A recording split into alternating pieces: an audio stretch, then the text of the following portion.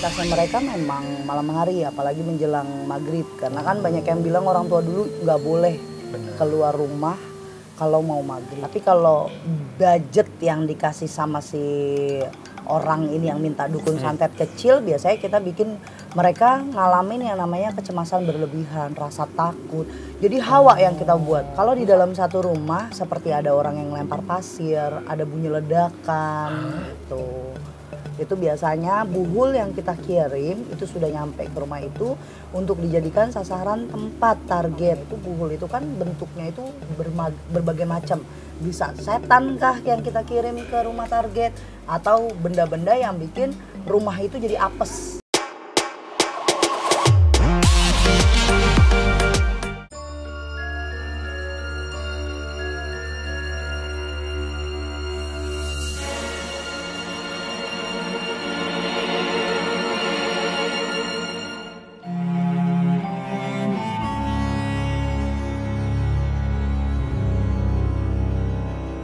Halo InCitizen, kembali lagi bersama saya Oki Alparesi di iTalk. Ini biasanya iTalk kan kita berada di studio nih. Nah sekarang kayak hari ini sedikit berbeda karena kita berada di sebuah tempat yang terbengkalai. Nah tapi tenang, saya nggak sendiri karena saya sedang bersama Teh Ria.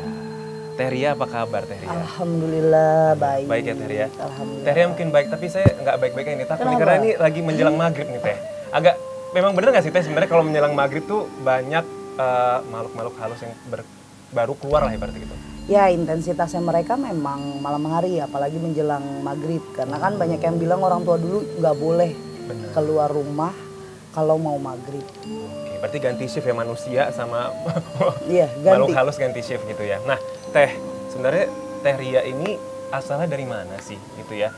Dan umur Teh berapa sih? Kayak nggak kelihatan ini nih ya, awet muda kayaknya gitu. Emang masih muda ya Teh ya? Saya asli, papaku asli Cirebon. Oke. Kalau mamaku campuran, ada Bogor sama Banten. Jadi asli Sunda sih sebenarnya. Asli Sunda. Asli Sunda. Tapi kalau usia masuk ke 2024, saya masuk ke 31 tahun. 31 tahun Teh, wah luar biasa sekali. Nah Teh, di usia 31 tahun ini nih berarti Teh ini punya saudara nggak nih? Ada kakak adik? Adik. Berapa besar? Saya berdua. Saya anak pertama, terus saya punya adik laki-laki. Oke. Nah sekarang Teh ini udah menikah atau belum? Masih single ya Teh ini? Saya sudah menikah, saya sudah punya anak satu, dan saya punya anak sambung 2. Oh, ada anak sambung juga, ada 2 gitu ya. Nah Teh, mungkin pemirsa di rumah nih masih ada beberapa yang belum mengenal sosok Teh Ria nih. Boleh ceritain nggak background Teh Ria sekarang itu sebagai apa sebenarnya Teh? Kalau sekarang banyak yang mengenal saya sebagai spiritualis. Tapi kalau banyak orang yang mengenal cerita saya, di belakang saya itu masa kelam saya sebagai spiritualis hitam atau lebih dikenal dukun santet Kauki. Wow. Zaman dulu. Zaman dulu. Saya punya zaman jahiliyahnya dong. Masa-masa kelam ya Teh ya? Meski punya ya, itu. Cerita itu diangkat memang dari salah satu podcast yang meminta saya untuk menceritakan bagaimana saya sampai bisa sekarang membantu banyak orang. Oke. Berarti Teteh kan tadi masa lalunya memang ya cukup kelam ya Teh ya. Berarti Teteh itu memang ada bakat atau memang indigo dari dulunya Teh? Sebenarnya keluarga mamah sama papa saya itu dua-duanya punya gift dari Tuhan yang memang beda-beda. Tapi kita sudah terbiasa dengan dunia spiritual atau dunia goib itu udah biasa. Jadi dari kecil saya sudah bisa melihat, komunikasi, bahkan beberapa keluarga saya yang lebih tua dari saya, nenek saya, itu mereka sudah tahu kapan mereka waktunya meninggal. Terus mereka juga banyak yang ngobatin orang, ya itu turunan sih. Turunan ya? Nah dari umur berapa Teteh waktu itu ngerasa saya nih indigo gitu? Dari umur berapa Teh? Kalau cerita dari mama saya dari kecil umur 3 sampai 5 tahun aja saya punya teman kecil. Mungkin banyak di luar sana anak-anak yang sosial begitu nggak lumrah ya. Kayaknya udah pasti mereka punya teman halusinasi. Tapi SD itu mungkin makin jadi saya berkomunikasinya. Jadi saya lebih agresif dengan dunia goib dibandingin dunia nyata. Oke, nah berarti menjadi seorang anak indigo kan berarti memiliki kemampuan-kemampuan yang tidak dimiliki anak-anak lainnya. Nah kalau Teteh pada saat itu selain bisa menerawang ada makhluk halus, apalagi Teh? Saya tahu orang itu sudah meninggal.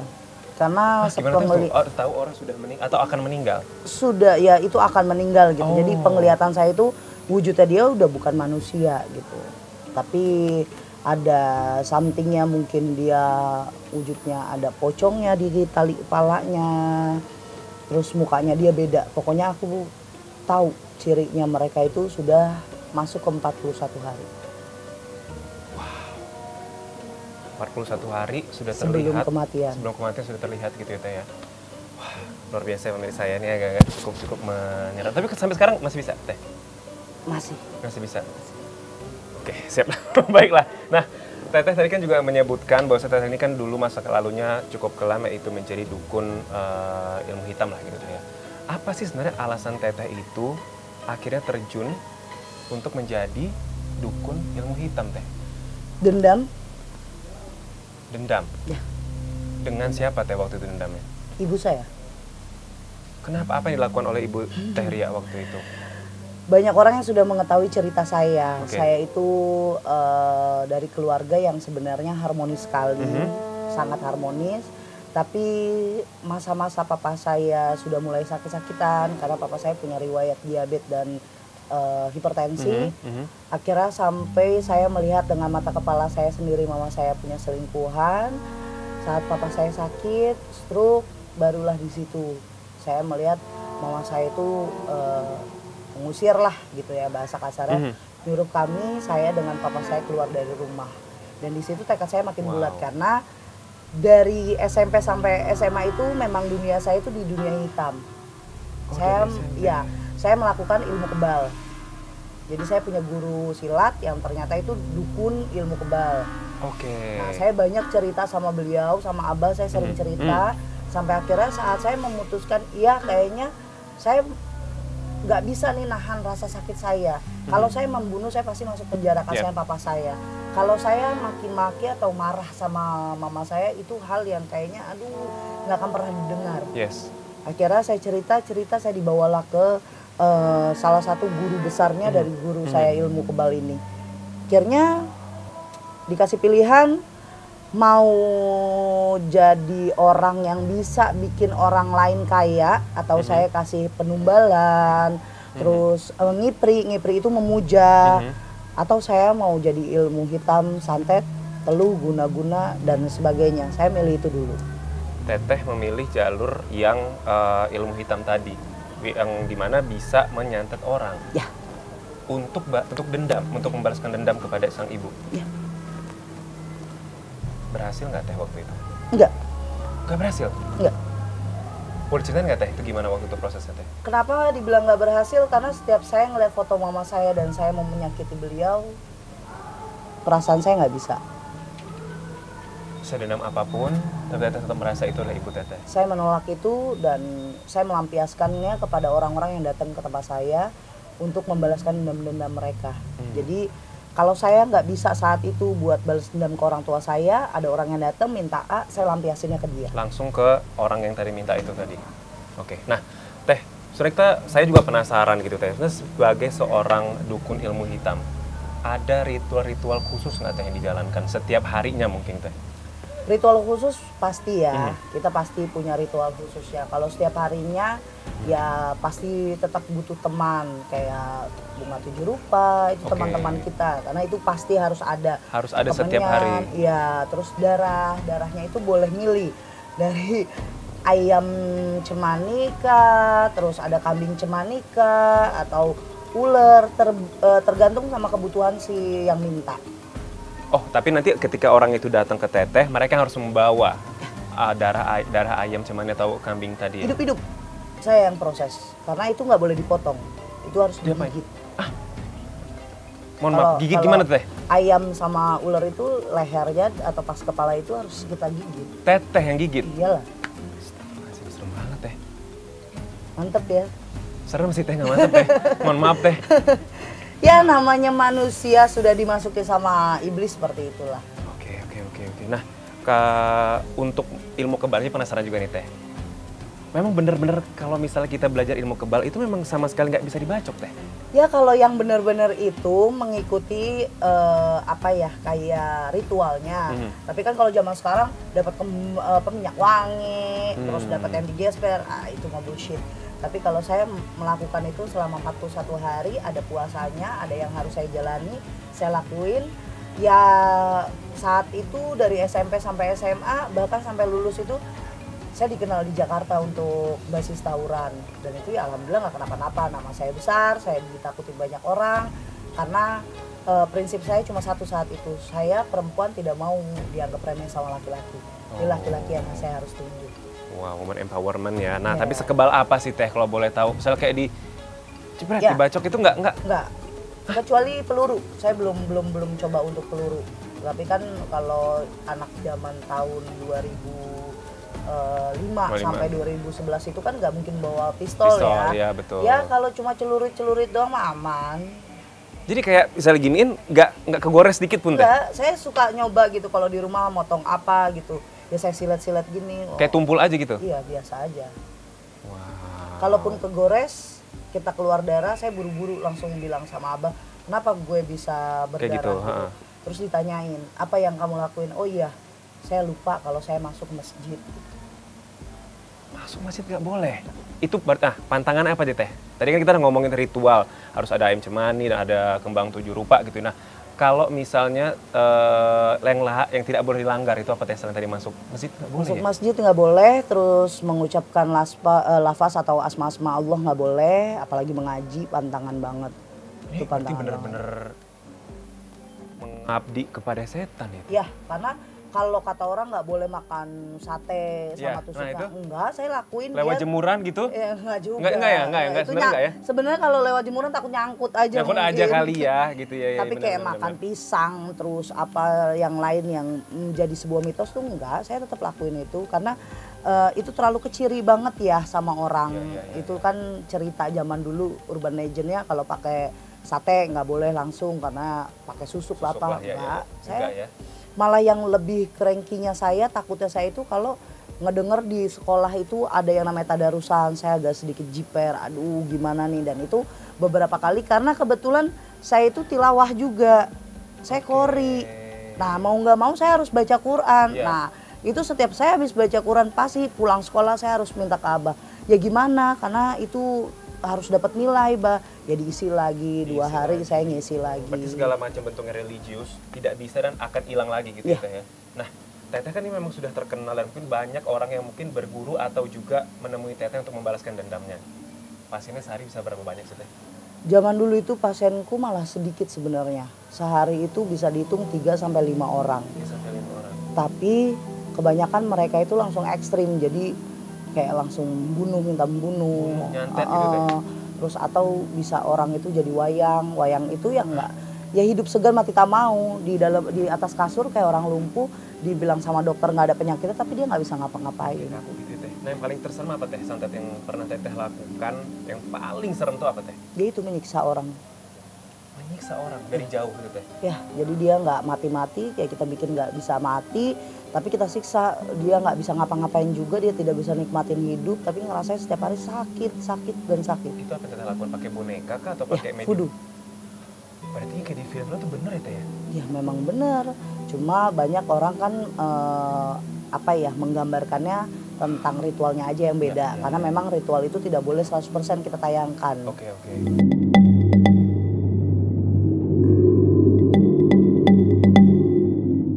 Teh, kita lanjut lagi. Tadi kita break dulu untuk maghrib. Nah sekarang saya mau tanya nih Teh. Tadi kan Teteh udah nyebutin kalau misalnya nyatet orang tuh bisa dengan berbagai macam cara. Contohnya tadi adalah dengan boneka gitu ya.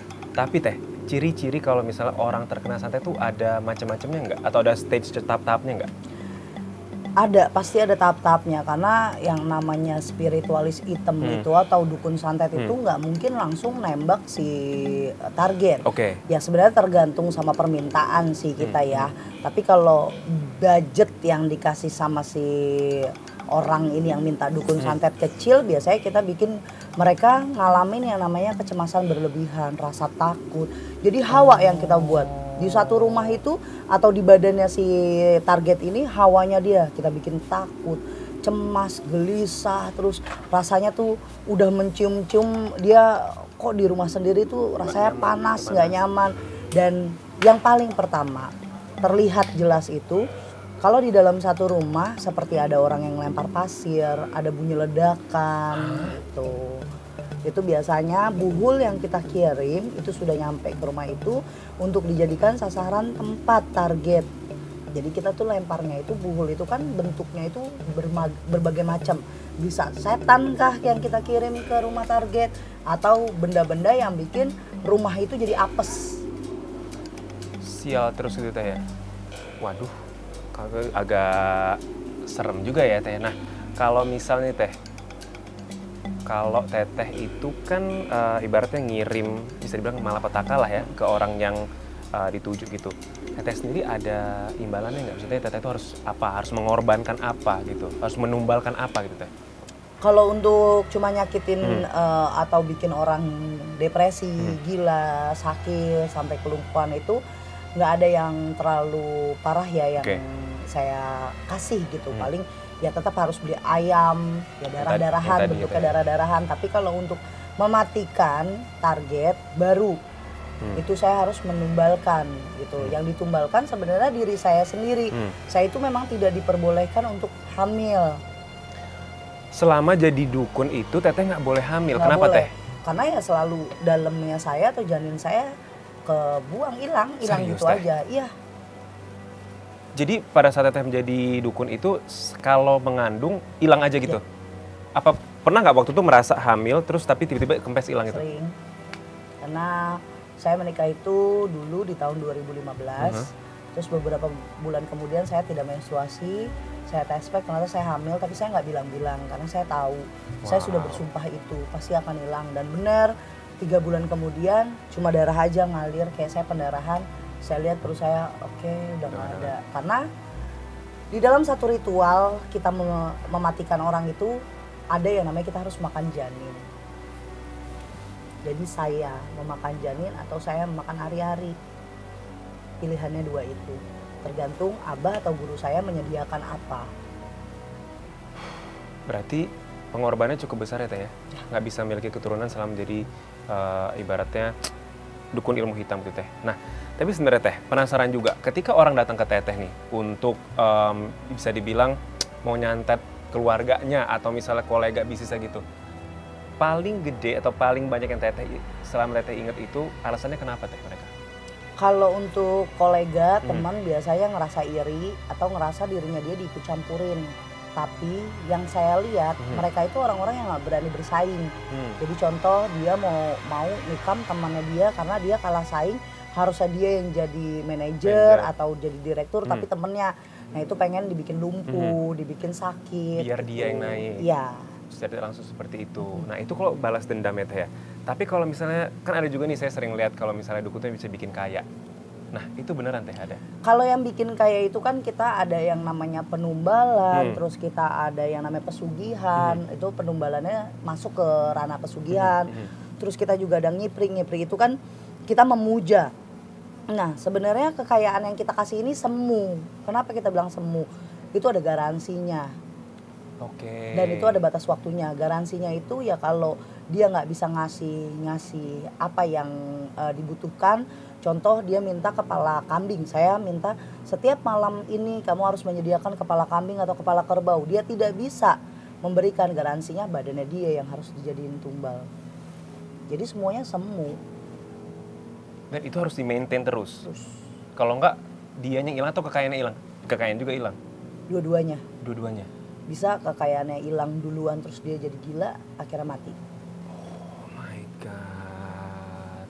Nah, aduh jadi takutnya Teh ya. Tapi kan di dunia ini ada aja orang yang nggak suka. Apalagi misalnya kita di dunia entertainment ya Teh ya. Misalnya supaya dapetin peran ini, dia menyelakakan si aktor atau aktris ini. Bisa ada saya sering dengar lah gitu Teh.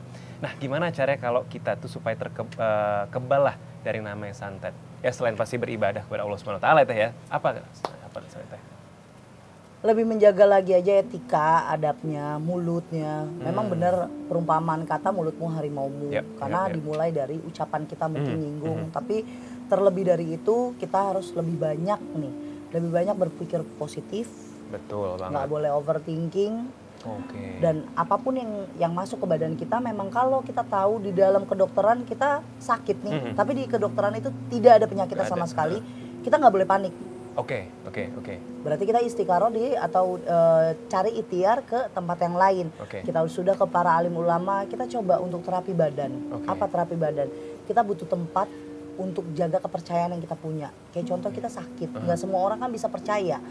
Sakit lo kebanyakan halusinasi, jadi kita banyak ngeluarin omongan ke orang yang kita percaya. Berarti memang negative thinking itu berpengaruh sekali Teh dengan yang namanya masuknya tadi ya, si santet-santet tadi atau kirim-kiriman orang itu Teh? Iya banget, karena kan itu mempengaruhi energi di badan juga. Juga ya. Dia nggak track energi negatif gitu Teh ya? Karena sebenarnya tuh ilmu hitam itu pas masuk ke orang, itu nyerap energi positifnya dia, biar adanya kan energi negatif. Yang dimakan itu pertama, kalau orang kena ilmu santet itu nggak cuma langsung lumpuh terus mati, enggak. Pasti itu dia punya gejala-gejala awalnya, yang emosional terlalu tinggi, kecemasan yang berlebihan, rasa takut. Karena permintaan orang itu semua sama, sakit, gila, mati. Rata-rata seperti itu? Semuanya, hampir semuanya orang yang datang itu pasti, saya maunya dia sakit, entah sakit apa, pokoknya sakit. Jadi dia tidak bisa melakukan aktivitas apapun. Dia gila, biar apa? Apa yang dia lakuin sekarang itu gak ada artinya. Nah, ujung-ujungnya apa? Dia harus mati. Buat tidak ada persaingan. Itu cuma orang-orang pecundang sih sebenarnya yang datang ke saya saat itu. Cuman hanya orang pecundang tidak berani menghadapi dunia nyata, ya Teh ya. Dan ingat, itu bukan ibarat penyelesaian masalah ya. Kalau kita ibaratnya deal with the devil, atau kita apa sih dibilangnya, kalau kita bersekutu dengan setan, pasti nggak sampai situ aja. Ada pengorbanan lainnya. Oke, mungkin permasalahan kita selesai pada saat itu Teh ya, mungkin gitu. Tapi pasti ada lagi diminta sama dia. Pasti berlanjut.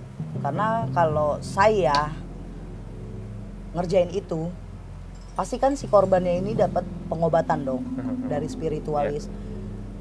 Ya entah ulama atau para ustadz kiai gitu, atau spiritual ilmu putih seperti saya sekarang lakukan itu pasti kan ngebalikin ke kita. Dukun nggak mau punya resiko untuk mati, itu akan dikembalikan sama orang yang minta. Dikembalikan sama orang yang minta, makanya jangan minta, ya kan? Ini pelajaran nih buat kita semua. Nggak usah kalau misalnya ada masalah segala macam, yuk diselesaikan aja di dunia nyata, nggak usah melibatkan dunia-dunia lainnya. Nah, ngomongin soal dunia lain nih Teh, kita kan mohon maaf nih, kita agak unik ya, thank you ya tim iTalk ya, tempat syutingnya ya agak seru gitu ya. Ini kan rumah sakit terbengkalai, bener ya Teh ya? Bener nggak sih sebenarnya ada arwah gentayangan Teh? Saya alhamdulillah Teh ya, sampai sekarang sih belum pernah ngeliat, dengan sampai amit-amit gitu ya. Tapi sebenarnya berada nggak tuh Teh? Sebenarnya dibilang ada atau enggak, ya kita diciptakan sama Tuhan kan selalu berdampingan. Yes, betul. Sakit, sehat, hidup, mati. Nah mereka itu suatu jin korin, di mana sisa hidupnya si orang yang meninggal ini dihisap sama jin korin, yang akan nantinya menceritakan lagi kehidupan dia dulu tuh kayak gimana, kenapa bisa sampai mati, kenapa kok nggak tenang. Berarti kan ada yang belum terselesaikan. Dan sebenarnya orang yang mati ya tetap keharibaannya, tetap dia kembali ke Tuhan, tapi yang berwujud itu namanya jin korin. Oh, berarti itu bukan actual orang yang meninggal itu? Bukan, diserap sama jin korin, dia yang merepresentasi orang tersebut. Karena mereka kan ada tugas-tugas ya, contoh iblis, jin, setan, siluman, itu kan beda-beda dengan tugasnya masing-masing yang sudah Tuhan takdirkan, itu tugasnya.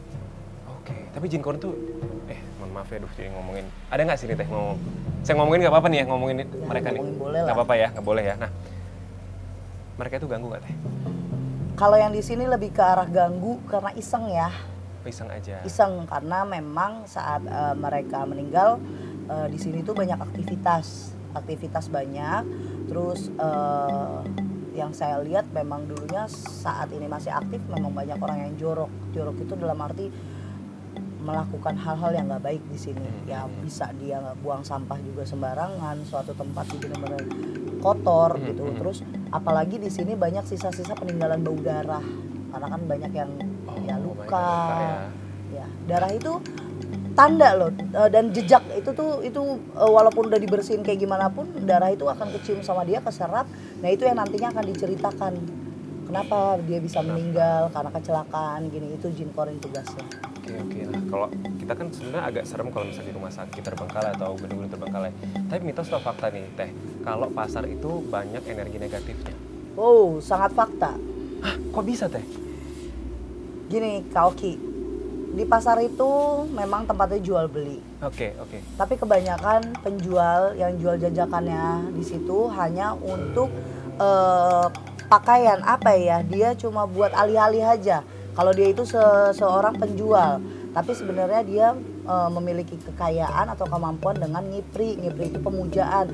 Contoh ngipri monyet, muja dengan siluman kera, ular, terus ada yang bawa tuyul. Jadi di pasar itu banyak orang-orang yang datang ke sana untuk alih-alih kekayaan. Jadi banyak energi yang benar-benar negatif yang ada di sana. Kayak satu tempat kelontong mewah, terus kayaknya dia selalu laris, ternyata yang dilihat dengan kasat mata dia memuja biar orang itu penglaris, kayak masang penglaris gitu. Jadi orang itu banyak yang keserap maunya belanja di situ. Setelah pulang apa yang mau gue beli ya? Ternyata gue masih lupa nih, beli telur belum. Tapi kita udah belanja banyak banget di situ, bingung. Kenapa di situ belanja banyak yang tidak ada tujuannya dari rumah? Terus bayangkan itu. Saya sering lagi kayak gitu Teh. Sampai rumah kayak lah kenapa gue nggak beli apa yang tadi gitu, malah beli hal-hal yang lain. Dan kenapa ada cerita gini, kenapa sih orang gila itu, orang stres, orang ODGJ itu tidak diperbolehkan ke pasar? Karena dia bukannya sembuh malah makin jadi gilanya. Karena tadi energi negatif energinya banyak sekali. Berarti sebenarnya di bisnis-bisnis juga itu banyak yang make gitu juga ya Teh ya? Wah sekali, jangankan bisnis-bisnis besar ya. Kita cuma jualan bahasanya sosis bakar atau kita jualan-jualan cilung. Itu butuh untuk penglaris gitu. Karena zaman sekarang itu bukan dikatakan 2024 milenial. Tapi yang saya dengar dari orang tua saya zaman dulu, nenek-nenek saya dulu.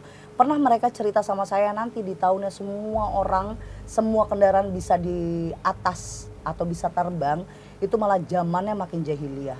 Jadi sekarang kita lagi bukan berperang sama teknologi, tapi kita berperang dengan orang yang berwujudnya itu setan. Dan lebih sulit lagi ternyata ya, karena kita tidak bisa lihat dan lebih kejam lagi. Ya, karena sekarang haus dengan kekuasaan, haus dengan kekayaan, haus dengan kemaksiatan, dan mereka tetap mau dibilang agung dan indah. Jadi menutupinya dengan itu. Tamak serakah karena ingin menguasai duniawi. Gitu Teh ya. Dan Teteh tadi juga banyak sekali cerita tentang pengorbanan Teteh juga yang menjadi ilmu hitam lah gitu bar gitu Teh ya. Kenapa nih Teh? Kenapa Teteh akhirnya meninggalkan dunia yang kelam tersebut dan akhirnya bertobat menjadi Teh Ria yang sekarang malah ngebantu orang gitu? Sebenarnya kalau ditanya kenapa, dulu nggak pernah mau. Saya nggak pernah mau tobat. Nggak pernah mau tobat? Saya nggak mau tobat. Kenapa Teh? Saat itu saya ngerasa memang kalah dengan target saya. Target saya itu diobatin. Ternyata yang saya tahu dia itu orang asli Kalimantan dan dia anak satu-satunya dari keluarga yang keluarga tetua adat di sana lah gitu kan. Di situ saya tahu saya kalah, tapi saya nggak pernah mau untuk tobat. Sampai akhirnya saya ngalamin yang namanya itu kasat mata sih memang ya. Sekujur badan saya itu serasa panas kayak dibakar, dan di atas kepala saya itu satu jengkal ini saya ngelihat pusaran api. Dan itu rasanya badan saya kayak melepuh, panas. Saya kalau jangankan disentuh, saya pengennya tuh tiap hari tuh mandi. Pokoknya tiap detik tuh mau panas kayak kebakar. Dan kalau saat itu memang dilihat sini ruam-ruam merah dan biru kayak orang dipukulin. Nah, almarhum papa saya bilang, coba kamunya tobat. Saya nggak mau. Dan setiap papa saya almarhum itu melafazkan ayat-ayat suci Al-Quran, saya ngerasa badan saya bukan membaik malah makin panas. Tapi kelamaan ada 3 bulan baru membaik. Jadi di saat satu malam, saya nggak tahu itu kedengarannya nyata atau enggak, tapi saya dengar dengan jelas ada suara gema kencang sekali, terus kayak ada pecutan, sambaran pecutan. Itu suaranya sangat gema banget, dia mengucap mantra buka. Dan di situ saya kebangun, saya ceritain sambil nangis sama almarhum papa saya bilang tobat, untuk sekali ini aja tobat, kamu orang baik. Di situ saya langsung buru-buru nyamperin papa saya sujud di kaki dia, saya diajarin untuk 2 kalimat syahadat. Akhirnya saya sujud untuk pertama kali minta ampun sama Allah. dan akhirnya sekarang menjadi membantu orang-orang untuk sehat gitu ya. Ya, itu tahun 2016 akhir, di mana orang-orang lagi mempersiapkan malam tahun baru. Saya mempersiapkan diri, apakah saya masih hidup atau enggak. Cukup berat Teteh ya pada masa-masa ini Teh ya. Tapi lihat Teteh sekarang gitu ya, akhirnya alhamdulillah banyak ngebantu orang-orang. Tadi kita juga ngobrol-ngobrol, kalau misalnya orang juga nggak punya dana, Teteh juga bersedia untuk ngebantu gitu Teh ya. Luar biasa, Masya Allah. Nah, kalau Papa nih bisa dengar, mau ngomong apa kira-kira? Wow, harus ada segmen itu karena saya masih nggak kuat kalau ada segmen itu. Kalau nanyain Papa, tahun ini kali tahun kedua Papa saya nggak ada. 2 tahun Papa saya udah pergi. Saya cukup bingung kalau mau bilang apa kalau Papa ada di sini, karena setiap saya ngomong adanya saya makin ngebatin sakit.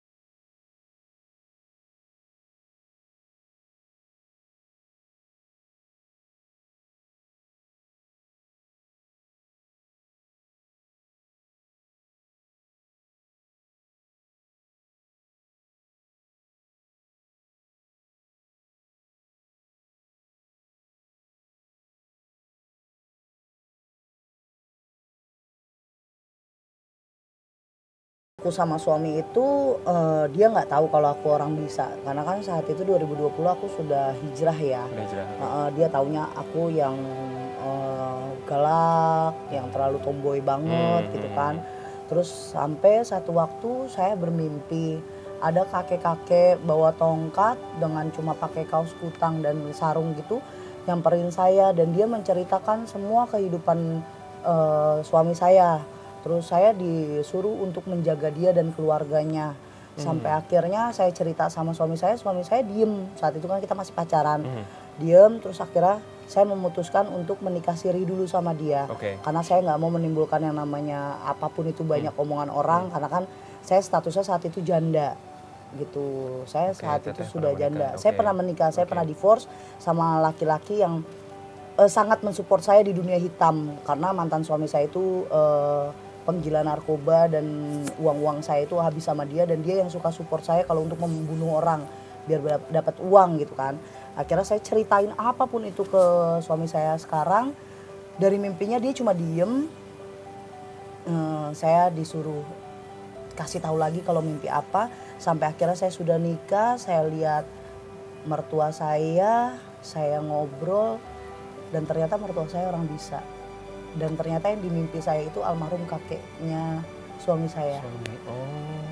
Dan sampai sekarang mertua saya atau papa, saya manggil papa juga, sekarang yang backupin saya. akhirnya teteh menemukan lingkungan yang positif dari mulai mertua sampai suami teteh juga ya teh ya.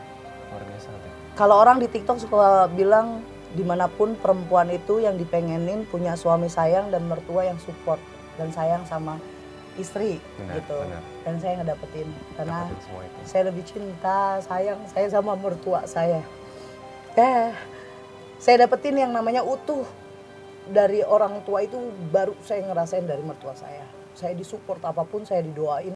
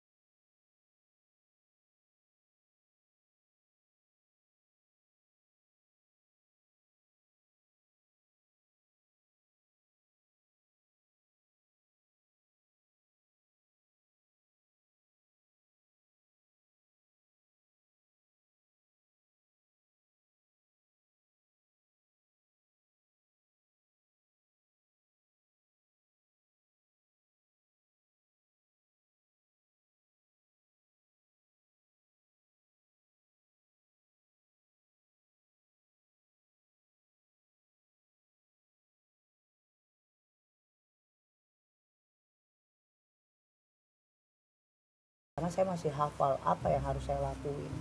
Jangan ya teh. Nggak akan.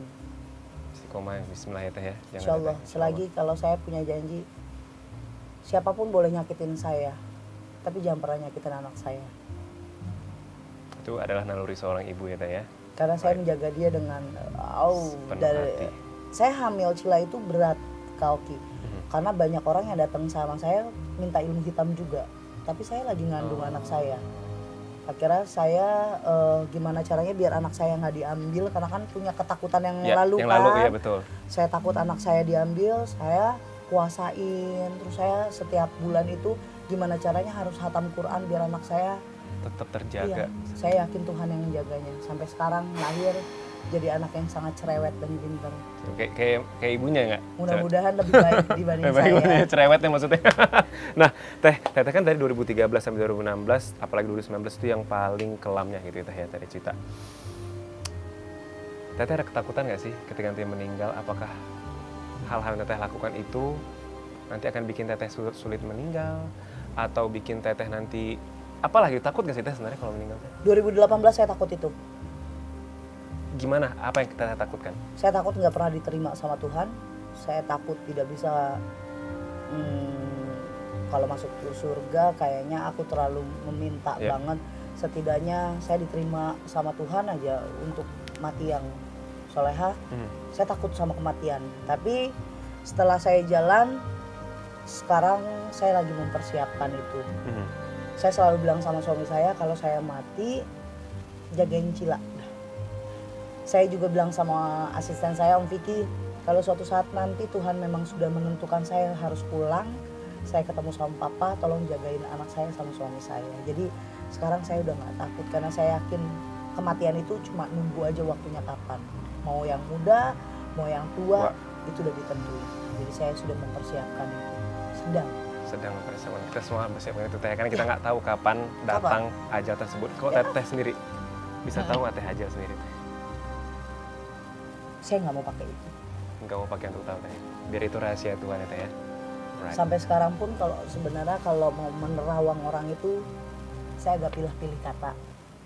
Jadi bagi saya kalau takdir Tuhan kita omongin, ada yang baik kita omongin jadi gagal, ada yang buruk kita omongin malah terjadi. Jadi saya kalau untuk penerawang agak sedikit saya bungkem. Jadi kalau ditanya, saya kasihnya supportnya yang baik-baik aja. Yap. Biarkanlah itu urusannya Tuhan itu ya. Yang sampai orang overthinking, berpikir negatif, jadi malah sakit ke dianya. Malah jadi buruk kan pengaruhnya. Jadi buruk. Nah ngomong soal kematian nih teh ya, kita kan dekat sekali dengan orang-orang yang sudah tiada atau makhluk halus. Teteh mau ngajakin saya nggak jalan-jalan tuh lihat Oke, boleh. Ini sebenarnya bukan kemauan saya teh ya. Ini kemauan tim kreatif teh. Saya sih nggak ada penakut sebenarnya gitu teh ya. Tapi nggak apa-apa. Kita coba lihat-lihat di sini. Siapa tahu kita menemukan hal-hal yang seru. Tapi teh, mohon maaf teh, saya pulang dari sini dibersihin lagi teh ya. Oh ya tenang, nanti ada tim cleaning service. Cleaning service-nya ada ya teh. Ada, tenang aja. Tenang aja. Cleaning service untuk Goib. Baiklah, yuk kita jalan-jalan keliling di tempat ini. Let's go.